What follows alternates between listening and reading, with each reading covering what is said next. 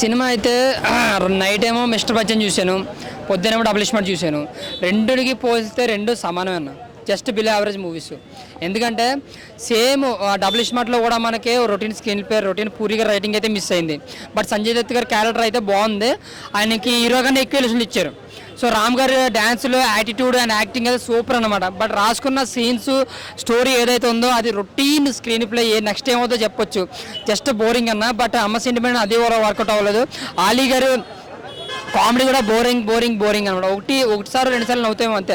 టాలీవుడ్ డైలాగులతో మేము బోర్ ఎక్కించారని చెప్పి ఆలీ గారికి వెళ్ళారు, కొత్తగా ట్రై చేశారు, బట్ మిస్ఫైర్ అయిందని చెప్పాలి. ఇంకా నెక్స్ట్ మనం మిస్టర్ బచ్చన్ కోసం వస్తే సేమ్ ఇదే ఫార్ములా, రొటీన్ స్టోరీతో బోర్ ఎక్కించారు. ఫస్ట్ హాఫ్ అంతా హీరోయిన్తో అమితాబ్ బచ్చన్ గారి సాంగ్తో కొంచెం బోర్ ఎక్కిస్తారు. సత్య గారి కామెడీ అక్కడక్కడ నవ్వించిన, ఆయన కూడా అరుపులతో కొంచెం గోల కింద ఉంటుంది సినిమా. మనకి ఏమి చిరాకు కనిపిస్తుంది అనమాట.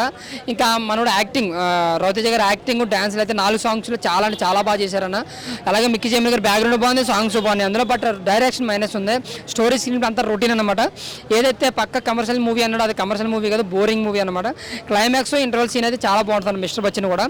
అంటే ఒక ఇంటేజ్ రవితేజన్ అయితే చాలా అంటే చాలా బాగా చూపించారు. బట్ చూపించడం వరకే. బట్ సినిమా పరంగా అయితే అక్కడక్కడ మెరుపులే కానీ ఎక్కడ సినిమా అంతా నచ్చదన్న. అటు డబుల్ స్మార్ట్ కావచ్చు, ఇటు మిస్టర్ బచ్చన్ కావచ్చు, రెండు కూడా just below average, just time పాస్కి వెళ్ళే సినిమాలన్న. అటు రవితేజ కోసం కావచ్చు, ఇటు మన రామ్ కోసం వెళ్ళే సినిమాలు తప్ప మనకి సినిమా ఎక్స్పెక్ట్ చేసే విధంగా అయితే లేదు. ఇస్మార్ట్ శంకర్ సినిమా చూడడం జరిగింది.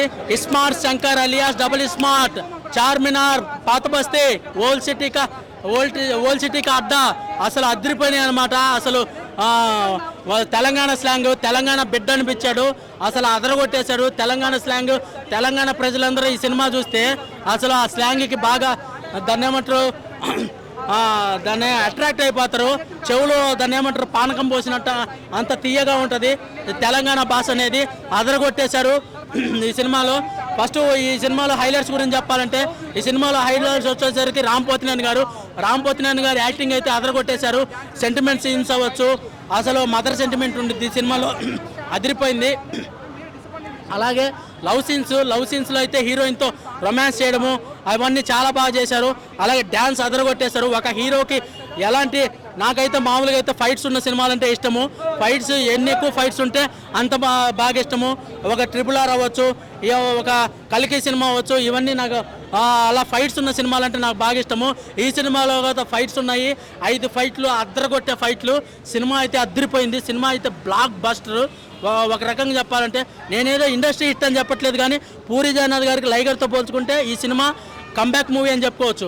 అలాగే రామ్ పోతినేని గారికి స్కంద సినిమా తర్వాత ఇది కంబ్యాక్ మూవీ అని చెప్పుకోవచ్చు. దాంతో పోల్చుకుంటే ఈ సినిమా బాగుంది అని చెప్తున్నాను. నేను మళ్ళీ చెప్తున్నాను, ఈరోజు ఇండిపెండెన్స్ డే, పిల్లలు జెండా ఎగరేసి ఏం చేస్తారు, ఇలా స్కూళ్ళల్లో ఈ సినిమాకి వచ్చి పేరెంట్స్ని, తల్లి ఫాదర్ని మదర్ని తీసుకొని వచ్చి 3 hours ఏసీలో కూర్చొని ఎంజాయ్ చేసే సినిమా ఇది.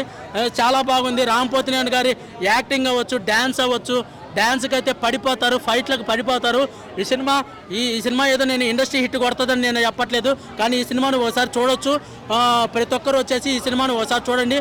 నా రేటింగ్ వచ్చి అవుట్ ఆఫ్ 5 3.5. Thank you.